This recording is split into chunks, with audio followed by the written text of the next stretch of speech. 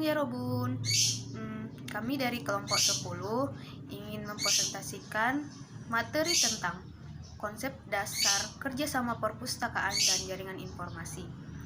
Dengan materi yang pertama akan dijelaskan oleh teman kita Fatimah Nasution.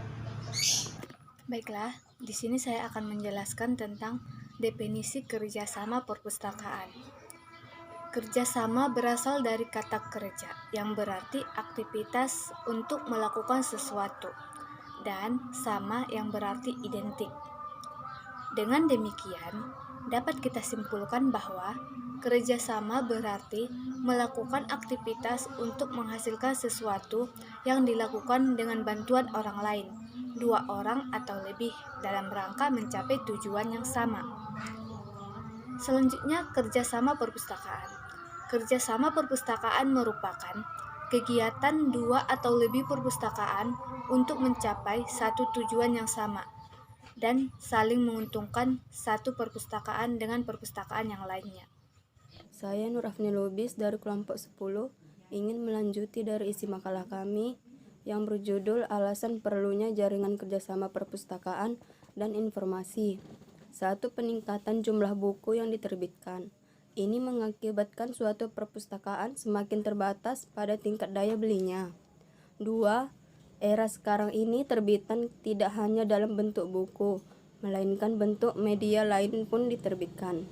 3. Perkembangan ilmunya pengetahuan dan teknologi memberikan tuntunan kepada masyarakat untuk dapat mengikutinya.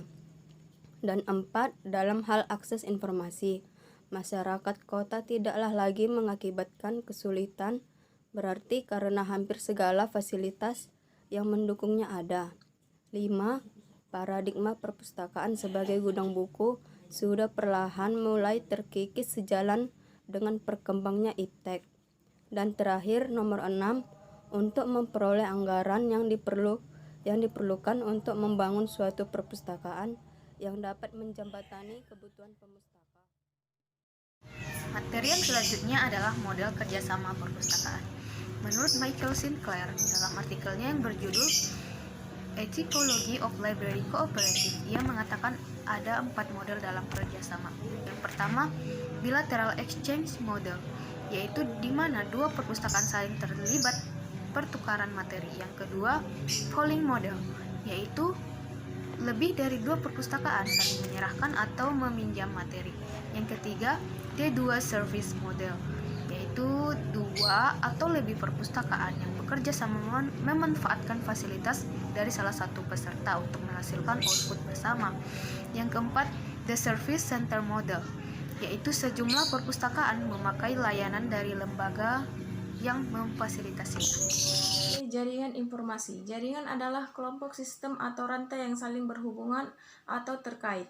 Jaringan juga bisa diartikan yaitu suatu sistem yang menggabungkan secara fisik komputer dengan sambungan telekomunikasi, menyediakan sumber informasi yang dimiliki oleh masing-masing peserta secara mekanis untuk memakai bersama.